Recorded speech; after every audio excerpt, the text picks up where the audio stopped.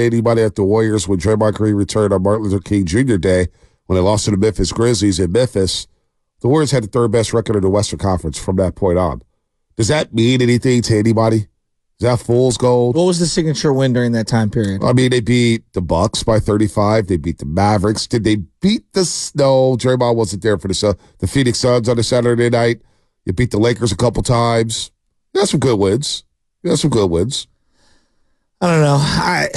The record is the record, so I can't. During that stretch, you just said, you asked me, so I mean, I don't know if it does anything for anybody. You had the late season road trip there. You had the win at Staples Center. There was the other road trip, the Washington, New York, Toronto road trip that was kind of tough. So, I mean, you had some moments in there. All right, let's hear from Dunleavy. How realistic is it to build a championship around the Big Three? Give me my set. Well within the realm of... Hold on, Sam. Go ahead. Let's restart that. Well, considering they won 4 before, I would say it's well within the realm of reasonability. But we got to, certainly we want Clay back first and foremost. I expressed that to him yesterday. I think our players have expressed that, our coaches, front office, ownership. Look, everybody wants Clay back. He's still a really good player. And I think we have enough good players in our system. We have enough assets to acquire good players, and we have the ability to keep getting better. So given that, as long as those guys are still really good, I think we can contend and compete, but we just unequivocally have to improve. We have to improve. He knows that. How much will the loss to the Kings impact the offseason? Yeah, honestly, not a lot. I don't take that game into consideration too much. That was the worst game we played all year. Give credit to Sacramento. They did a great job. But, I watched this team for 82 games. I mean, the amount of times that we've been ran off the court, very few. I think there were a couple of home games in January. Obviously the Boston game where that was a different scenario. But, that was a game last night where I think or the other night where you got to be careful of overreacting to how it went. I don't think that represented our team on the whole for the season. But that being said, it kind of put the stamp on what the reality of this year was. So here we are. And I would say going into that game, whether win or lose, no matter how it happened, I knew we had to get better. He knew they had to get better. The Kings game, we talk about it's like the Super Bowl is not why you signed Chase Young. You're looking at the body of work throughout the year, right? So losing at the end, it always gets magnified. However you go out, it's disproportionate. What people are doing is what they're tweeting me and texting me is Clay's last 3 elimination games, and they haven't been pretty. So we just ignore the body of work. But that's all I'm saying. And I'm a Clay apologist. I get it. But we look at the one game against Sacramento and say, he had a terrible season. That's not fair. That's not fair at all. Just all I'm saying. That's not fair to say that. The guy did everything you guys wanted him to do. He came off the bench. He took less minutes. He took less shots. And he was as productive as he's been in the past 2 years. And it's still not enough. So that's just, it just kind of drives me crazy. Well, I think that I would say back to Dunleavy, all right, I don't think the Kings game is the end-all, be-all, but I did think it was a microcosm of a lot of different losses throughout the year. Think of the second quarter against New Orleans on Friday. Think about losing that game to the Dallas Mavericks with no Luka. There are specific moments down the stretch that I think of when things were, they did have stakes attached to them, and they were somewhat healthy, and I was like, God, you didn't look connected. I mean, wire-to-wire loss to the New York Knicks at home, coming off a road trip. You lose to Indiana. They have the big third quarter. God. That shot before halftime. Yeah, before halftime to get back in the game. They weren't even playing well. Yeah, you lose to the San Antonio Spurs on a Saturday night without Wemby. And I get Steph Curry didn't play, but, man, you looked awful in that game. There's so many losses we could pinpoint. We're like, that's why you're in your spot. And I think where I continue to come back to is that I think a lot of people just get a shot creator, just get a big man, just get this. See, to me, they're 4 moves away. They need multiple moves, and this is why I think that this is much more complex and difficult than a one trade solution. Trade Wiggins and Kuminga and get that guy. Yeah, look, man, it's what's the biggest concern for Dub fans out there? Is it the payroll? Is it the age of the players? Is it bringing back the core 3? Is it Kuminga and Moody not knowing who they are? Is it Draymond Green? What is the biggest concern moving into the offseason? Because there's a lot here. There's the payroll. There's the core. There's the youngsters. We don't know how good the youngsters are. Yes. Is it need to tonight is serious with JK? I love JK. I think he's a player, but you got to make a decision on him with the extension. Hell, you got to make a decision on Moses Moody with the extension, and you haven't played him consistent minutes yet. You don't even know who he is. Let's say I gave you the same, just hypothetically, and I don't even know. There's money all over the place. Logan Murdoch said that certain people think that he's looking for about $30 million a year. That's a lot. And I like JK. That's the price of doing business these days. No, I know it is, but given what just happened, that's it. I mean, Jaylen Brown's getting $60 million a year. 30's the new 20. Jaylen Brown has had 30's the new 20. Shasky. He's had some great seasons, right? Like, and he's been an all-star multiple times. Like, they did go to the finals, and he was the second best player. Like, I'm not even a Jaylen Brown fan, but shameless shout-outs coming up at 7:45. But like, come on, look. Yeah, but I'm just saying that's the price of doing business, though. No, I hear you. But like everything that happened with Jordan Poole, doesn't it give you a little pause? Well, Jordan Poole got socked. Jordan Poole, hey, let me tell you, last 21 games with the Wizards, you look like a winning player. They didn't win a lot of games, but he got his game right going into the offseason. So going back to your pecking order thing, Clay gets $25 million. Draymond's making $25 million. I don't know if I would come in at 30. I don't even think I would. I didn't say I would do that. Oh no, but I'm just saying. I don't even know. I think for the Warriors, I'm saying this is the Clay apologist of the show and the biggest Clay stand out there. It may be best for the Warriors to move on from Clay. No, but what if they did have Clay on? I'm going to go hypotheticals here. It's a lot of money. Draymond's getting 25. Clay's getting 25. I can't justify that watching this team not make the playoffs. And Kuminga comes in at 30. How does that dynamic work? It doesn't. You just came in 10th place. I don't know. I don't think that's good enough right now in the West. I agree with that. It's not good enough. It's a lot of pressure on Kuminga to do things. Let's go to, I want to play this cup before we get to Brian in San Jose. Shameless shout-outs coming up at 7:45. Shameless shout-outs at 7:45. Draymond Green. Here's Dunleavy on Draymond Green. Then we got a huge cut. Sam, if you could get it ready, and I think it's worth playing the entire cut. It's Steve Kerr on Draymond Green. It's about 4 minutes long, maybe 4 minutes and 38 seconds if we can find it. I know Slater tweeted it yesterday on X.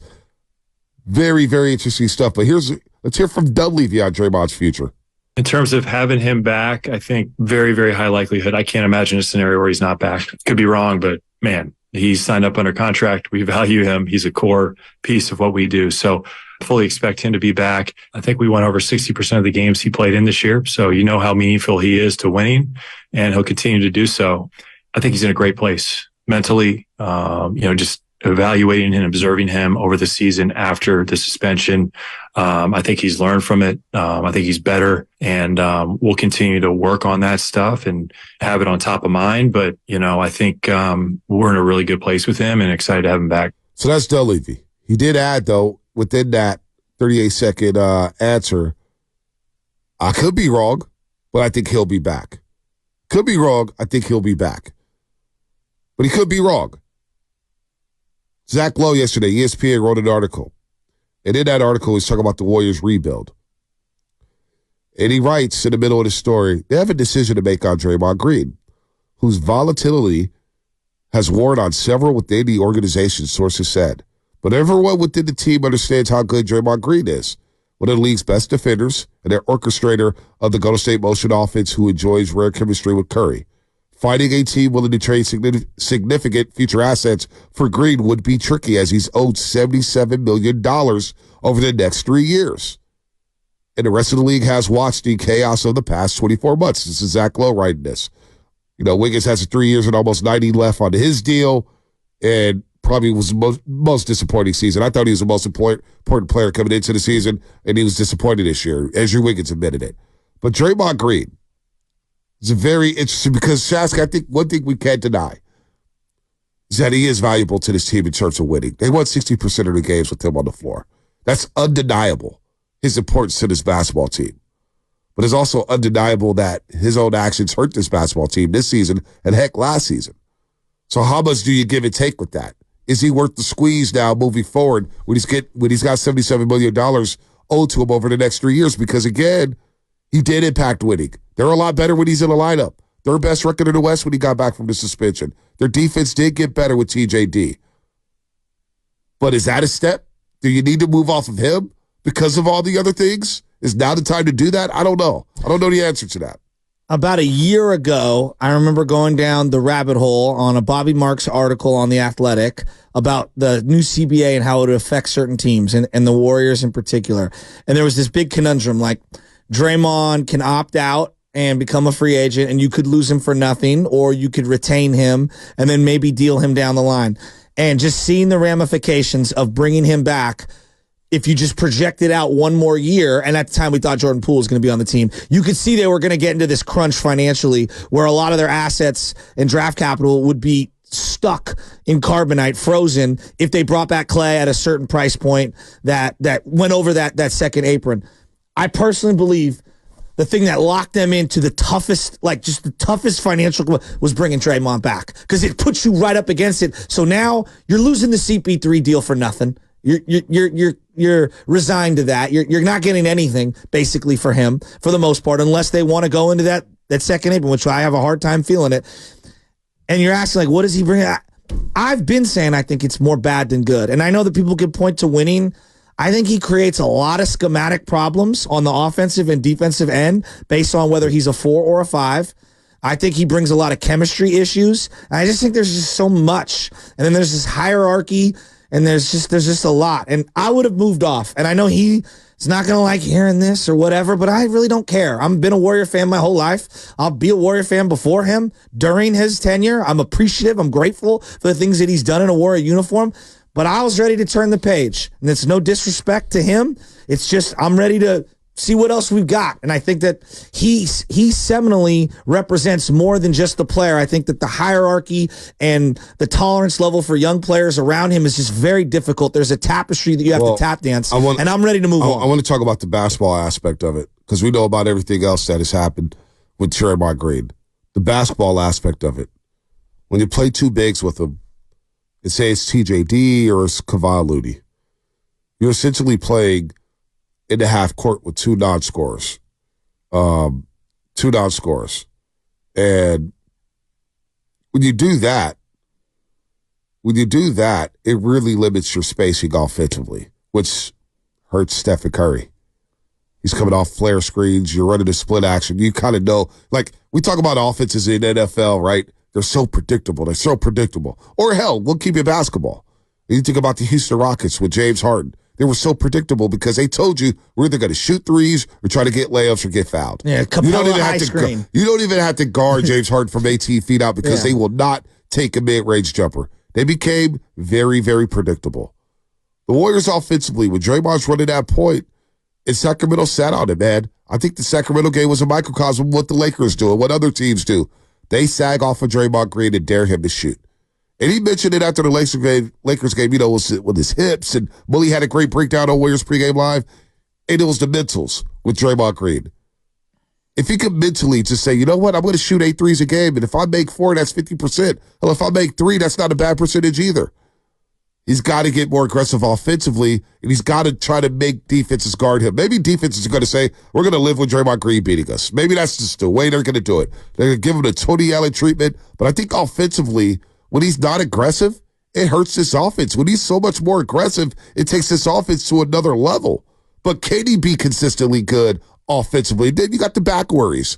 The back injury is a thing with Draymond Green from banging all those centers, banging with all those centers all over the years. The wear and tear of playing multiple playoff games and playing into June. And you got the back injury. Now you need a center who can roll behind you. And you got to play center field. I think offensively they need some tweaks, because as much as it's difficult to play with Steph Curry, and he's such a unique player, and Klay Thompson, you want to add him in there, it's unique to have Draymond Green within the half-court offense because you have to play a certain way. You're basically playing 4-on-5, because they're not going to respect his drives. They're not going to respect his floaters. Sacramento took away the lob threats against Draymond Green in that game Tuesday night, and when he didn't have the lob threat, he missed a couple threes, he stopped shooting. You need him to be aggressive offensively. So from a basketball standpoint, you got to do things. You got to do things differently with Draymond Green in the half court. So that's always been a sticking point with me. Can he evolve in the offense? As Warrior fans want the offense to evolve, and they want to modernize the offense around Stephen Curry. Well, can you do that with Draymond in the half court? I don't know. I don't know if you can. I mean, his For a guy that handles the ball as much as he does at the top of the key, his assist to turnover ratio has never been great. No one ever wants to bring that up. And the redundancy of what they do offensively with him with the ball in his hands. I mean, how many still photos do you need to see? You don't have to be an X's and O's genius to see how many times, like De'Aaron Fox, for example, is sagged off him. And then the second he gets the ball, they come up trying to take away those handoffs that are going, or those little shovel passes to Steph Curry. And now you're bringing a second and third defender closer to a guy that's actually going to take a shot. Yeah, it's not good in terms of the offensive production. And then defensively, look, he's a really good player defensively. Like in a vacuum, he's really good. But your point about the 4 versus 5, it's one that's really well taken, and I don't think we talk enough about it. They need a traditional big to play alongside him to sustain throughout the regular season. That destroyed them in the Lakers series. We're going to play the Steve Kerr answer on Draymond Green at 8 o'clock because it's 5 minutes long. Table. I'm just weighing pros and cons. The other aspect is like, this is a buddy-buddy league, right? And if you want to buddy up with somebody, I mean, how many guys are lining up? Like, I'm talking about the top-tier guys that have options. They can go wherever they want. How many of those guys want to play with him? I don't know. You have to ask them. I don't know. I do not know, but there's a lot there with Draymond Green. There's a lot there. The team knows it. Wait till you hear Steve Kerr's answer. But I know there's some people in the chat. I don't know what makes them think I want to bring the big 3 back. I've said this from the day since yesterday. I think changes need to be made. This ain't my first rodeo, buddy. I saw Jerry Rice move on to the Raiders. I saw Ronnie Lott move on to the Jets. Will Clark move on to the Texas Rangers. Matt Williams, one of my favorite Giants all time, played for 3 other teams after he left the Giants. Things happen. So what I want is to be working during the playoffs. I want to be working Warrior games during the playoffs. This is weird. They've missed the playoffs 3 times in the last 5 years now. If you had to put $1,000 on it, actually, yeah, let's just say $1,000. What's the quickest path to contention? Trying to Band-Aid and pray for a miracle trade and just keep some semblance of what they have going now, or bottoming out a little and risk alienating Steph Curry long term. If you get a big star, right? Depending on how you get the big star, you can win with Steph and Dre. You can win with them. You can. They show they can impact winning. Now, Curry did struggle down the stretch, but that was partly due to all the lineups around him or whatnot. And the efficiency numbers from the post-All-Star break was not good for Steph. And the spacing for Steph. The one thing that needs to happen, he needs help, Stephen Curry. He's going to get blitzed over and over and over. He's seeing Trey Murphy. 100%. He's seeing Herb Jones. He's seeing Keegan Murray. He is now seeing 6'7", 6'8" defenders all day long. The height of those guys. Yeah, it's just too much for Steph. He's 36 years old. So he's not getting Draymond's smaller than all those guys. And here's the thing with Steph, and you can notice it this year, even though he's still playing at a high level, gaining that separation on the three-point shot. He struggles with that now. Yeah. He struggled with that this season, which is why he was missing all those long threes this year. Gaining that separation and blowing by people off the dribble, it's tougher for Steph at this age, at the stage of his career. Let's go to Brian in San Jose. Brian, what's happening?